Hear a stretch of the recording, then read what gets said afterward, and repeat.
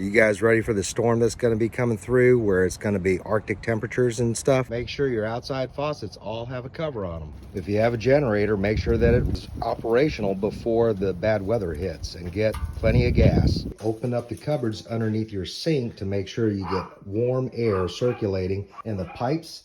That way you don't have busted pipes, or minimize that. And you'll want to trickle the water when it gets below freezing. Fill up your fuel tanks in your vehicles. If you lose power and you don't have a generator or a way to stay warm, you've got plenty of gas in your vehicles that you can start it up and stay warm, at least for a period of time. If you're in the south like I am, any kind of cold temperatures will deflate your tires. So be aware when you start to drive them. If they're underinflated, you could possibly incur a blowout. Make sure that all of your devices are fully charged, and if you have any power banks like that, make sure they're charged also. You'll want a way to inflate those tires that deflate when cold weather hits. Good luck staying safe and warm this weekend.